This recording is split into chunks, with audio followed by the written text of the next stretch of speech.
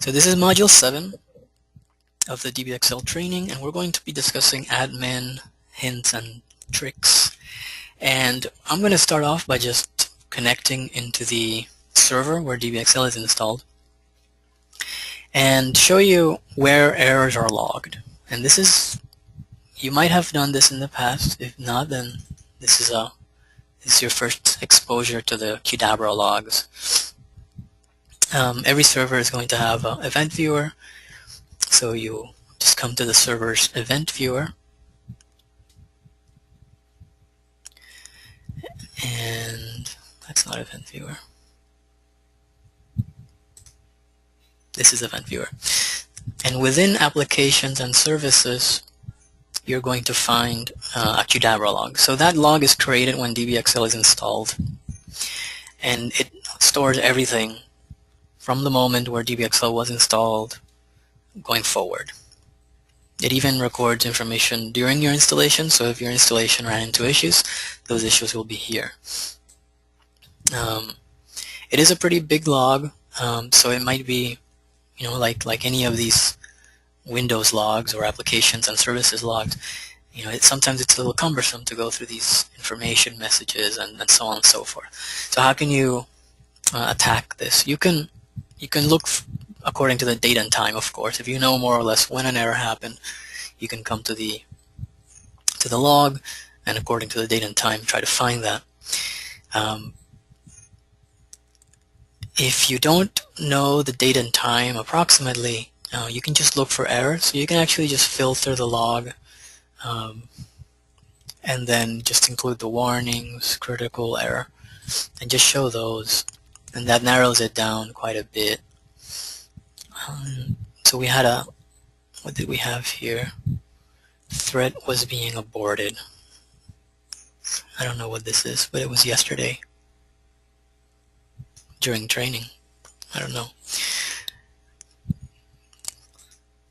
So this log is going to store any issues that you run into while using DBXL. Now, let me see. I was trying to find a really useful one.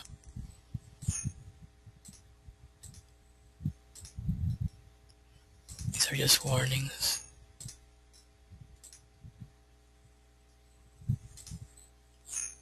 All right, this is a good one. This is a typical error. A lot of those errors that we saw were configuration errors, because we've been doing a lot of installation and configuring the server, and during training we're configuring things. This is an actual user error, the type of error that a user might encounter, and then you would have to come here and research. So there's this error message here at the bottom. I don't know if it's terribly legible, so let's make it a little bit larger. So it says cut exception on shredding document, and it tells you the document type, and it tells you the doc ID. So this doc ID in this document type DBXL was unable to map this data into SQL. That's what a exception on shredding means. So the data didn't make it into SQL correctly. So it has some user information, so you know who the user was, and it tells you problem resolving XPath on agency. So you know that you have to look for some sort of form schema node called agency, or a mapping that references something called agency. There's something in here called agency that failed. So at least it pushes you in the right direction, even though it might not actually solve it easily, but it at least gives you a nudge. And it looks like there's a lot of this type of error. Yeah, it's a lot of the same type of error. Okay, so that's great. You can come to the event viewer and you can look up the logs. That's not a problem. But the thing is, yeah, there are many errors, Michael. This is one of our bigger VMs, one of our bigger servers, and it gets used for a lot of development work and a lot of training work. So yeah, there's a lot of stuff going on here. and we're using it this week for training, so I might be generating some errors right here as well. Um, so you know, you don't, as a DBXL administrator, you don't want to have to come here every day and check for errors, right? That's cumbersome. We can make this a little bit smarter, and we can actually have this notify you whenever there's an error. So whenever there's an error recorded in the Qdabra log, you get an email, and that's your notification that you need to come check something out, that something went wrong and you should come check it out. And this is incredibly useful. I cannot recommend this enough to you. Please try it out if you want to just, forget about your DBXL server, let it run on its own. Whenever there's an error, it will contact you. You don't have to come here and check anything. So we have a little script available that is going to do this for us. And here's the script. It's in the training module, and there are just a few things that need to be updated for this to work. You see there's a subject for the error message. So for example, if you have two servers that have DBXL, you could say errors have been logged in Qdabra event log for QSHP 2010. So it makes it a little bit more specific so that when you see the subject, you already know sort of what's going on, right? At least which server. And then you can say, who is the message from? And who is it message from? This is typically just whatever, right? It doesn't really matter because you're not going to be returning the email to, you're not going to be responding to the email. But then who it gets sent to is important. So you could send it to yourself, or you could create like a distribution list of different people who need to be notified. And then there's error, and there's text body. So the email is not going to contain the error information. You're still going to need to be an administrator to be able to remote into the server and check out what the error was. So the email isn't actually revealing any information, any sensitive information. It's just sending you a notification, please come check this out. There's an issue you should look at. And that's it. There's nothing revealed as far as your data in here. And then we need an SMTP host, and I need to remember what that is.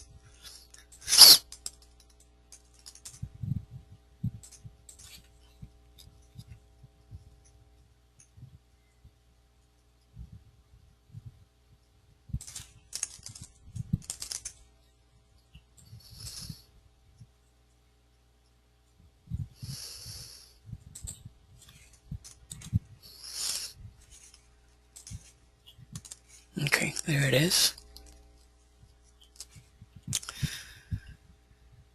And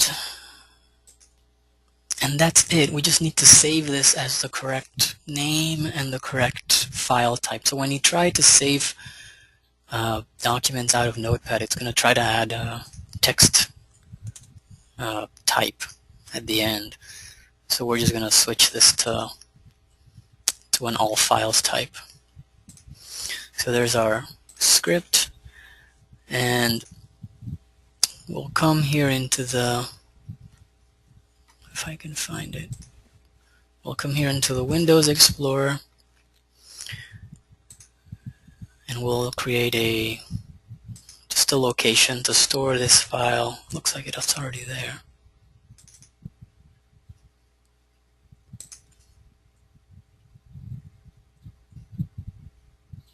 Somebody did this ahead of me. So we'll just review it. Errors have been logged in Qdabra event log for QSHP 2010. And we'll do that. And that's it. And where's the... This is obsolete.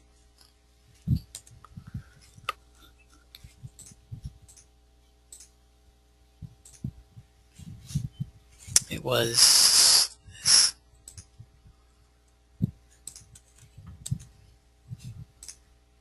Okay, so I'm just updating that file that was there since it's already there and the folder's already created. But that's essentially what you need. You just need a folder where you can store that script file.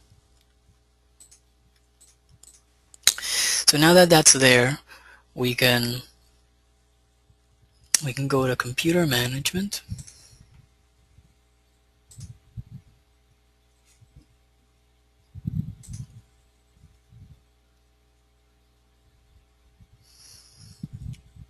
And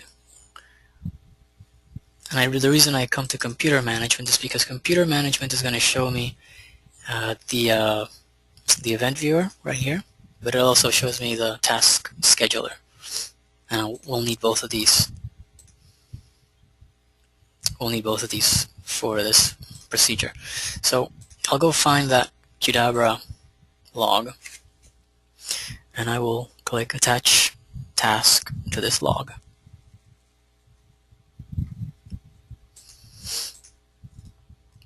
And this is a wizard, comes with Windows, so we'll just follow this wizard.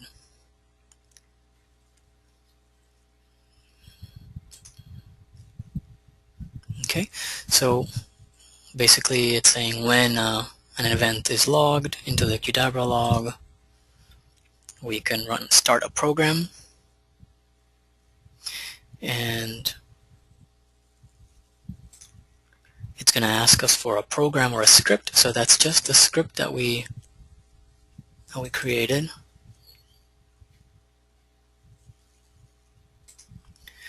And that's it. Through this wizard, you basically create this simple task, and then you can open the properties dialog to make this task a little bit more specific. So that's what we're going to do. First thing we'll do is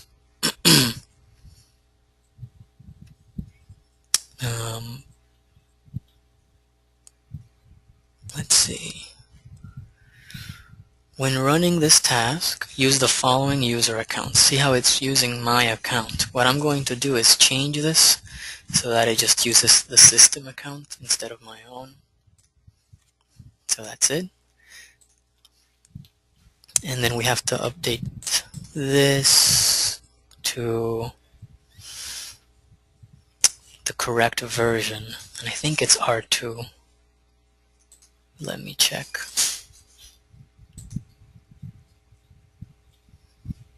Yes, it's R2.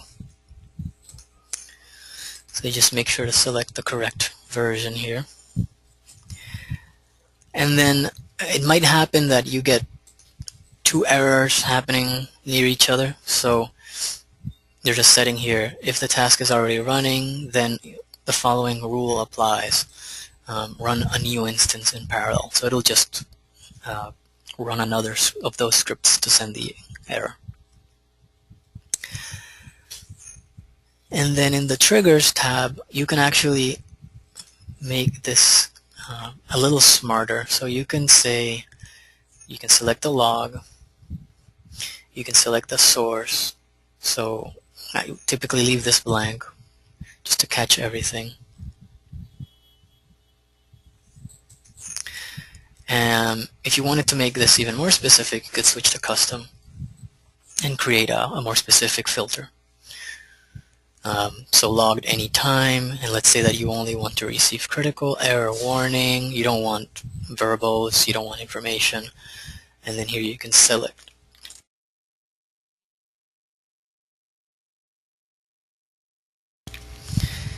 In this drop down here you can select the log, if I can find it. There it is. So it's going to send me critical error warning from the Qdabra log, logged anytime. And that's it. Now every time that happens, you just get an email. So what I'd like to do here is Oh, and yeah, I should say that it creates a task here. So if you ever need to come back and edit it, there should be a task here. Here. This is the one we just created. Here's the timestamp. We just created that one. So what I'd like to try is I'd like to try to generate an error to see if we can actually see that coming through. The way to do that might be easiest way to do that. And remember, this is any type of error. It's not necessarily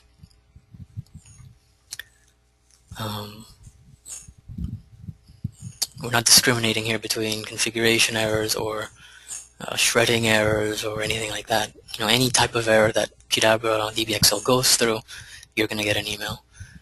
So I can try to generate something here,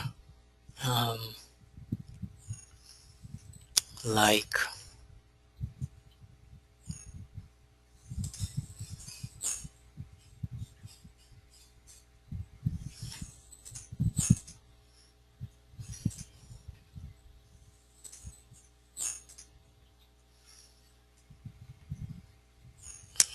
let's see.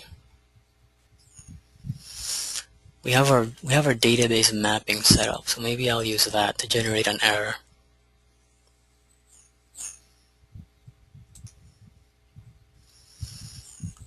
So I'll modify one of these to break, if I essentially break this.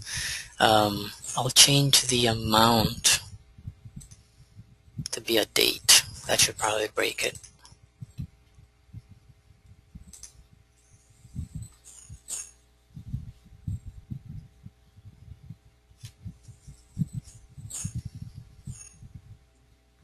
So hopefully now when I reshred, I get some errors.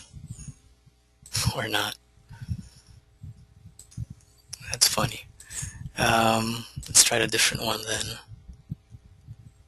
Let's try the opposite. Changing a date to a decimal.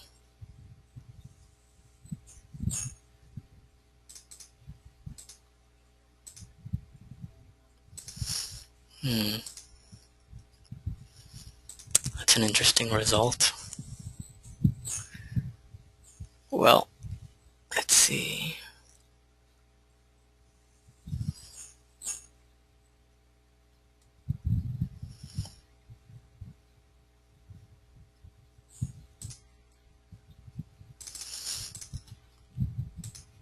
Let me see if anything has been generated in the event viewer.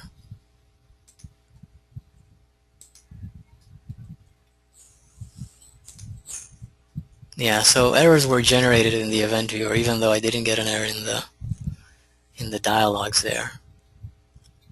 That's an interesting situation. But here, I just generated all these errors for myself. So,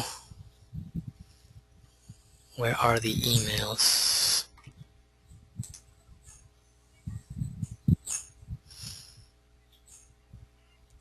This hasn't run.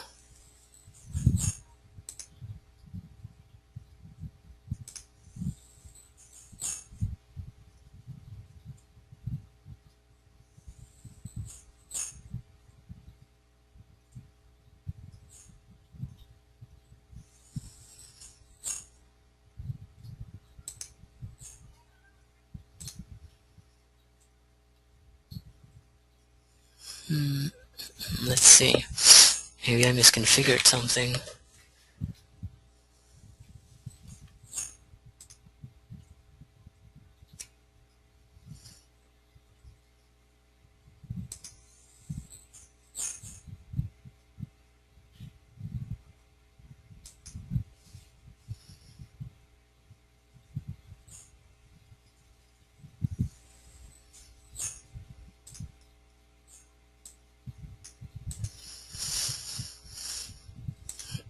Let's change the...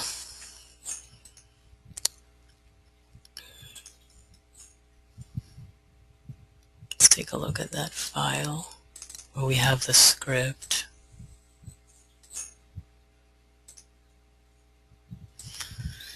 Maybe I need to change something here.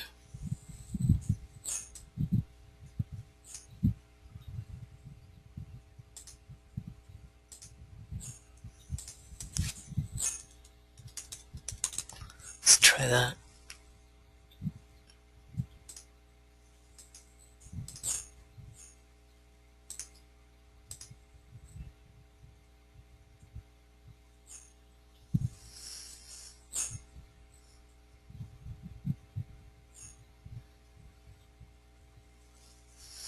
It's interesting that it says running.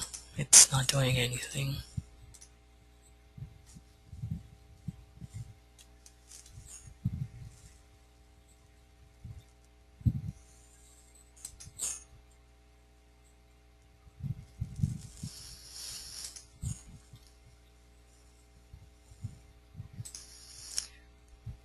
Let's try that again.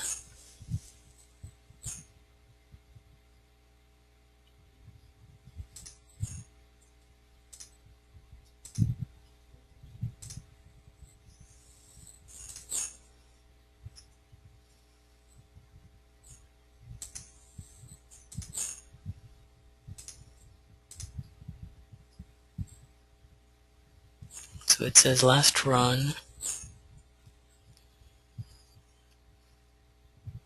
Just a few seconds ago.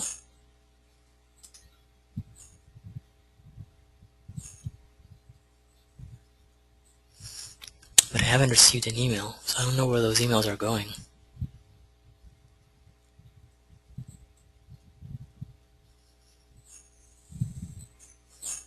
Okay.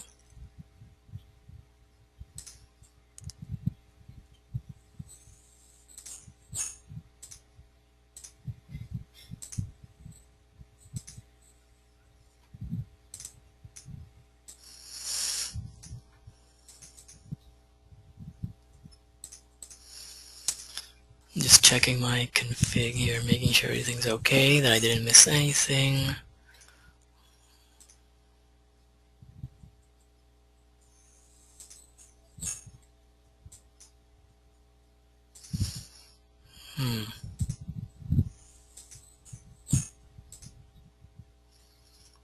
Yeah, something went wrong here because it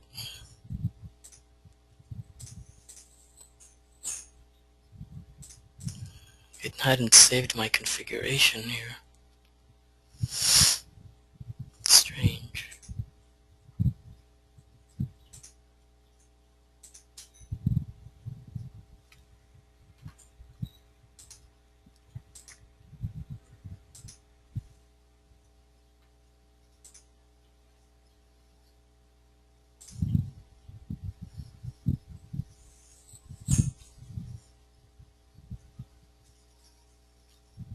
So that didn't do anything either.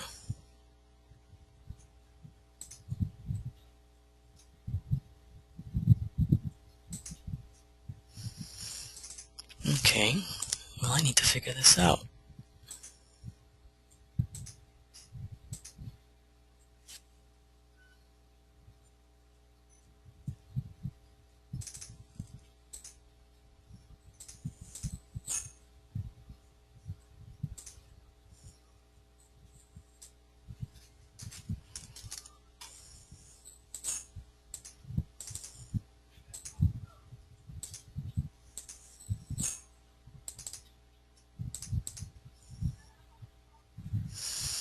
One more try.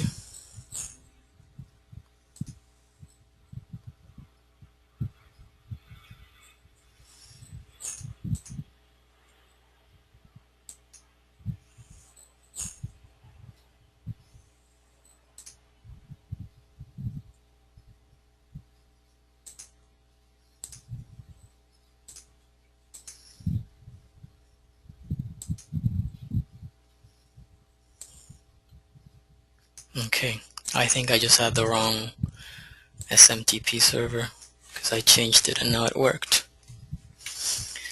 So it's a pretty straightforward message, pretty simple message. Again, we're not trying to reveal any information here other than telling you, please go check the server, there has been an error recorded. So you'll get a message such as this one.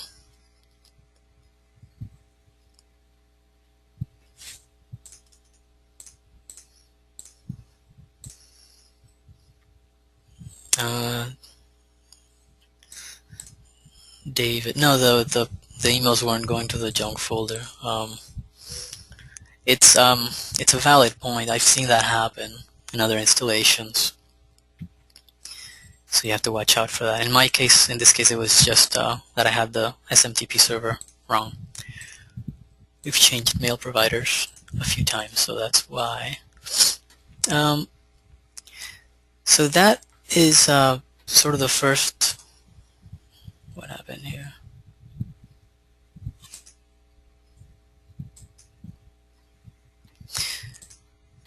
So that's the first portion of this lab, really to show you where the errors are recorded and how you can get to them. And not only that, how can you make them reach you without having to monitor the servers actively. So hopefully you can set that up on your server and benefit from this feature. Now, the next, well, any questions about this portion of the module?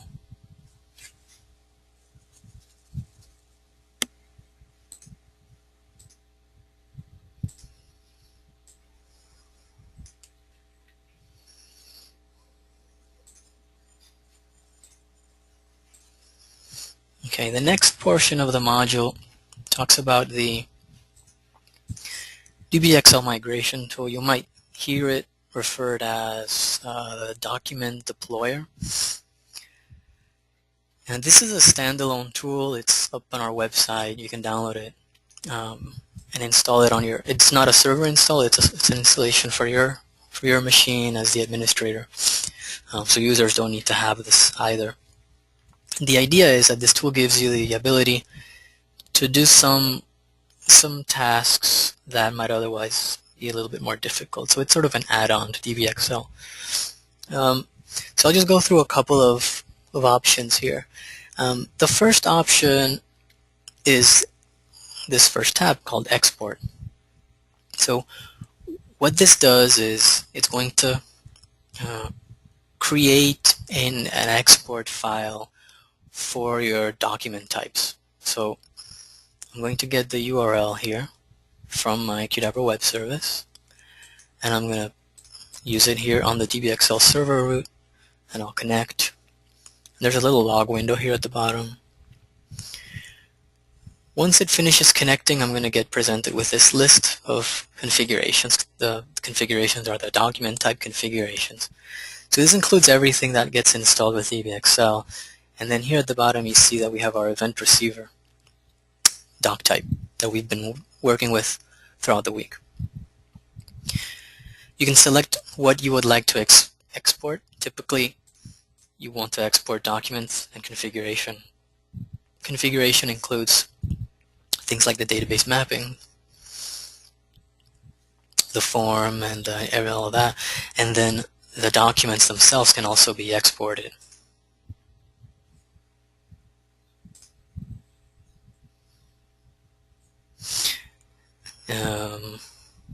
Let me make sure I share out again. Hopefully this shows everything. And David, I just started sharing again. I just restarted sharing. Hopefully that refreshed the screen.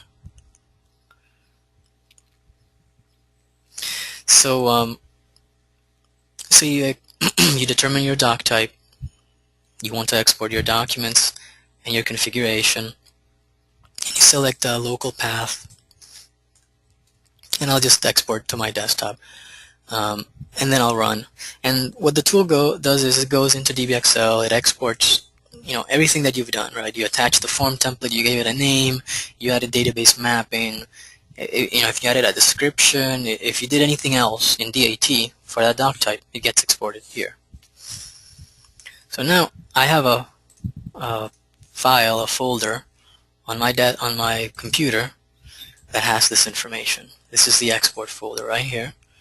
So it has this file called mapping.xml, and this is the file that contains all the configuration for my document type. All of the database mapping is included in here. And then there's a folder with all the sample documents. So obviously we only have 2 documents, so that went by pretty quickly. If you had more documents, then it would take more time, obviously. But it's a pretty powerful tool for 2 reasons. Well, 2 reasons why you would take an export.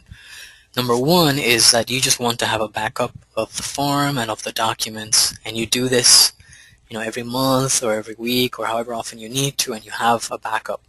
Maybe you do it before an migration, maybe you do it before an upgrade, maybe you do it during a regular maintenance window, but it gives you an option here to create a backup.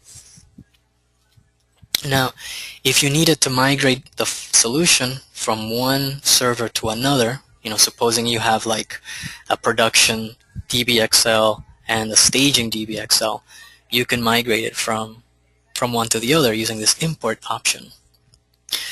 So you come here, you connect to your DBXL server root, you specify an import path, and when you click load, it's going to give you the doc types that have been saved to this path.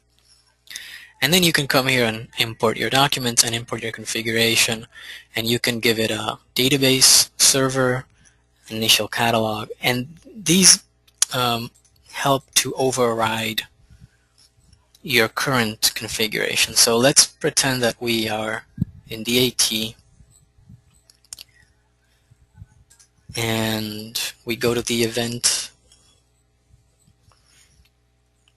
we go to our configuration here for the event receiver document type, and we go to the database tab. So we have this data source connection string here, and what the migration tool is trying to allow is, if you're moving this form from one server to another, your data source might change, so that's your database server, and your initial catalog might also change if you're on a different server. So it gives you the chance here to overwrite those arguments and update your connection string.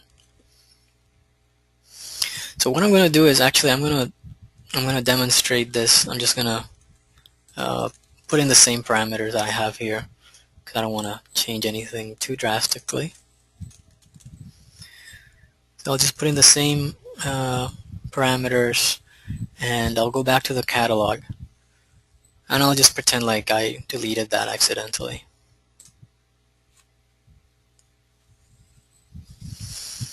But I have this backup, so I just click import.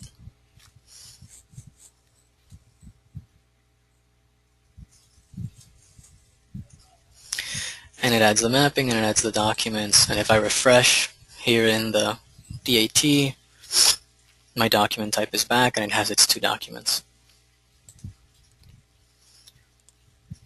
And if I go to the database mapping tab, everything's back to normal here with my database mapping. So that's the power here is you can export your document type and your documents. You can restore them if you need to. You can keep them just as a backup, as a safety feature if you need to. And you can use it also to migrate from one server to another. So that's one of the uses of the migration tool. The next use I want to highlight is this reshred all documents operation. We have clicked reshred all documents in the DBXL admin tool during this training session, but we have been doing so in document types that have few documents. So that's okay, so that works. It doesn't time out.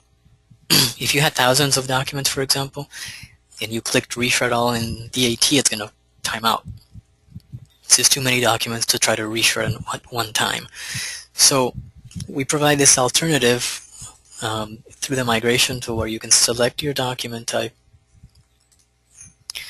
and you can click run, and it's basically just going to reshred every document in there. So reshredding document with ID to 11, and then it'll go to the next one. And if you have 1,000 documents, it'll just go through one by one. It's like opening the document and resubmitting it. So it pushes the data out to SharePoint if there's a SharePoint mapping. It pushes out the data into SQL if there's a SQL mapping. So you could potentially click the run button and leave this tool reshredding for an hour or two, and then come back and it's done, and you don't have to worry about timeouts in DAT. You don't have to you don't have to worry about doing it one by one for each of the documents. So that's the second use of the migration tool that I wanted to mention.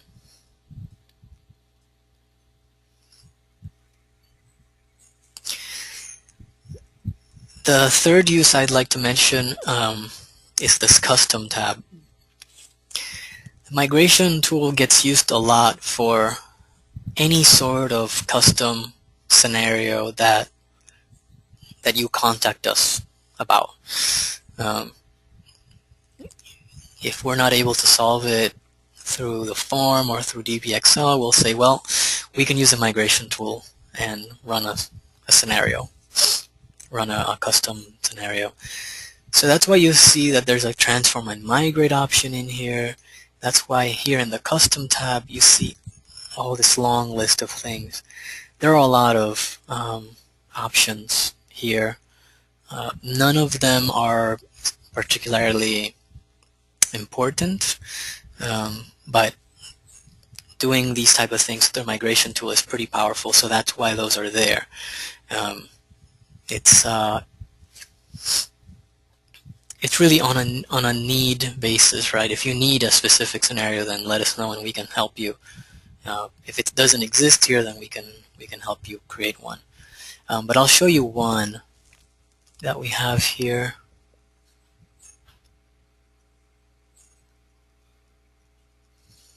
Oh, it's the first one, cleanup. So cleanup, and I just click load. So there are a few scenarios here that are possible. Here's one that's interesting: remove documents in document type. It basically goes through all of the documents in a document type and deletes them. So you don't have to, again, deal with timeouts that could happen in the DBXL admin tool. You just come here and you delete everything. And you leave it running and the tool just deletes them one by one. There's also these options, export documents by XPath, which means that you can specify a filter, an XPath filter, and only export those, or only delete documents that match a certain condition.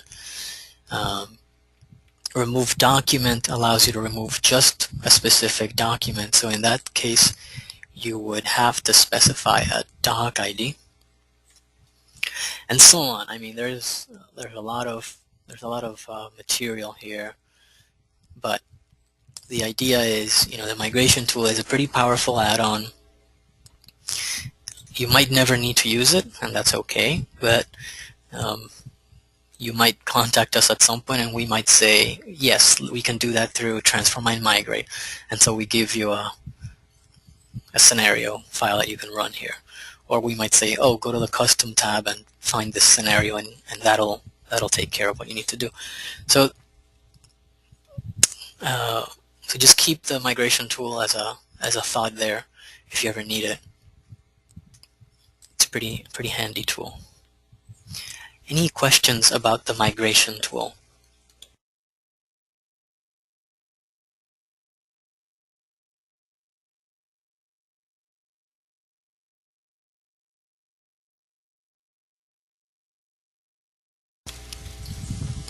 So Michael's question is, reshred opens each doc and saves it, so calculated fields on the form would also recalculate. No, I said that more as an expression, I guess. Sorry. It doesn't open the document and resubmit it. It just it takes the document and it maps it, right? So if there's a SharePoint mapping, it maps it. If there's a database mapping, it maps it. if the forms need to be opened for like a schema update or for like a calculation update, then reshred isn't going to take care of that, unfortunately.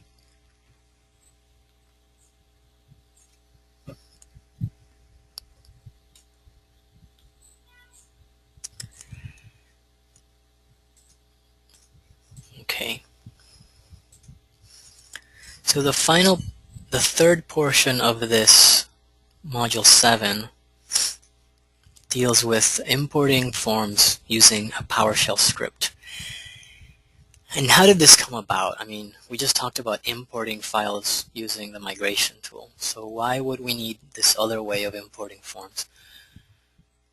Well, the PowerShell script is pretty powerful. It's a little bit, it's comparable performance to the migration tool, but it allows us for certain things that the migration tool doesn't allow right now. Like, for example, if you have a form name. So if we go to the form library, that's going to become really clear. When you have forms stored in a form library, every form has a unique name, a unique title. And if you're dealing with forms through the migration tool and through DBXL, you know that the thing we really go by there is the doc ID. So we created this PowerShell script to allow you to import files and keep that title, keep that name, which is so important for these SharePoint scenarios. So here's the title I'm talking about, the name. So this PowerShell script, let's say that you have a form library that has 400 documents, and you need to move those to another instance of DBXL. You can open this library and take a look in Windows Explorer, which I don't see it now. Here. So you can open the form library in Windows Explorer. You can copy those forms. You can move them wherever you need to. And then you run the PowerShell script on it to get that data into DBXL somewhere else, right, in some other server.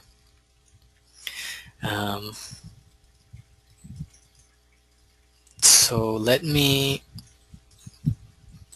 do this. I'll actually use the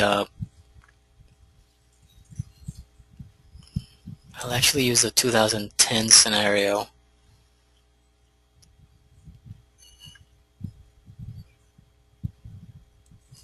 That'll make a little bit more sense with this script. What I will do is I will come to the DBXL admin tool for that 2010 form that we worked on during the first training module, and we really haven't returned to it since, but we'll try it out here.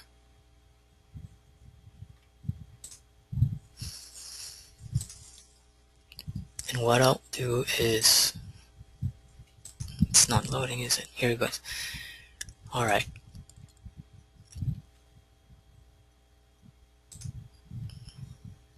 Okay, so here's the form library. What I'll do is I'll change the SharePoint mapping that we talked about in the very first module. I'll just change this and remove the condition and just get everything mapped into one library. Sorry.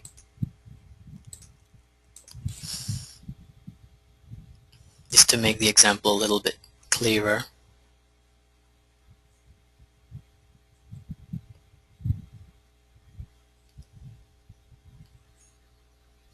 While that's going, well, I can't do it yet. I have to wait for this to finish. Sorry.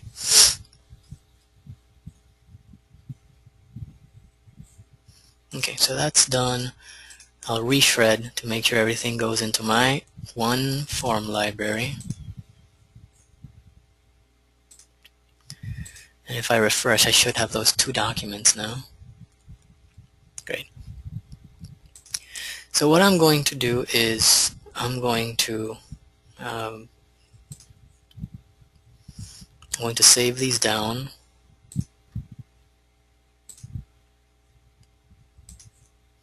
And again, if you needed to save down a lot of documents at once, you can just switch to the Windows Explorer view of the library to do that.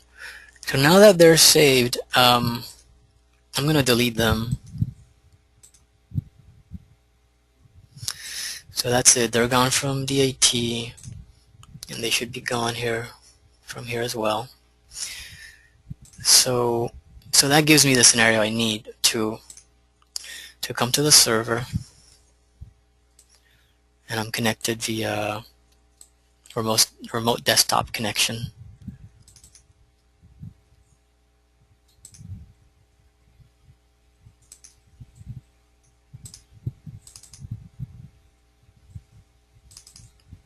Okay, so I'm connected to a remote desktop connection, and I have my two forms that I just downloaded. And you might not have two forms, you might have a whole folder of forms. So let's pretend like it's a big folder with lots of forms.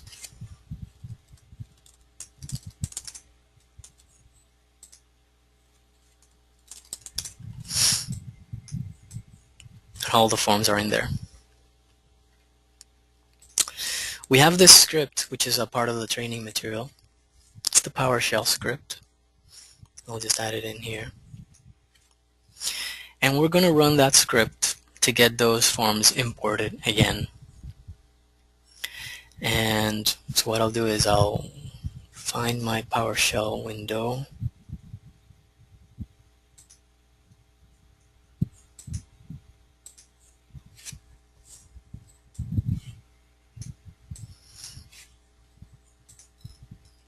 Okay. So now that it's loaded, I can start putting in my command here. Oh, I need to change to the desktop. So I want my DBXL import.ps1, and there are a few parameters here. They're all documented. So we need the DBXL URL, which we know what it is because it's right here. Oh, right here. The same one we've been using throughout the training. So that's my DBXL URL. The next parameter is my doc type name. And just to refresh my memory here, this is the name of my doc type.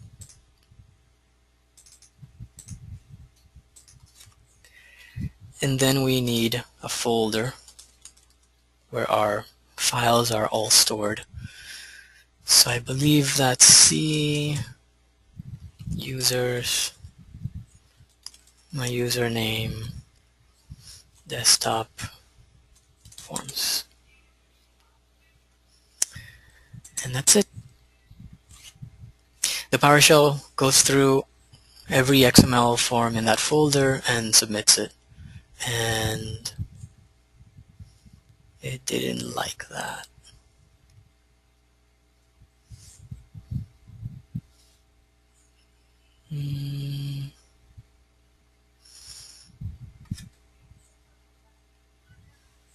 I think I know why I didn't like it. It's because I'm not really using this for the scenario that it was meant to.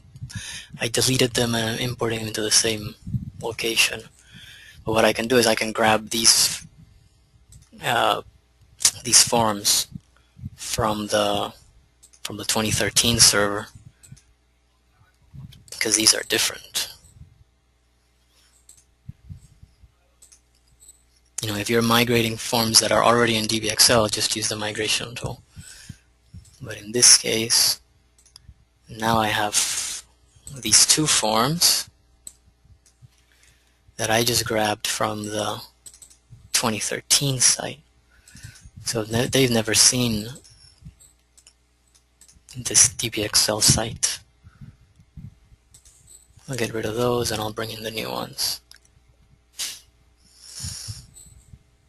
Whoops. So I'll run that again.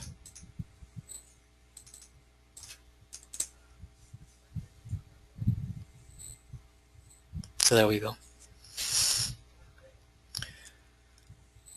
So now if I return to the DBXL admin tool, I'm going to have my two documents there. There they are. And if I go to the form library in 2010, so it's interesting now that I ended up with the same two documents in both servers. There they are. Let me see if I can put these side by side.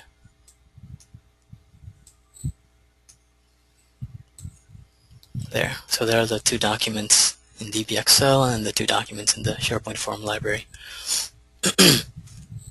So the PowerShell script, not every import scenario is made equal, so that's why we have the migration tool for some scenarios and we have the PowerShell script for other scenarios. And both are out there available for you if you should need them. The PowerShell script has been really powerful for us when there are very large migrations of forms that have never been used in DBXL.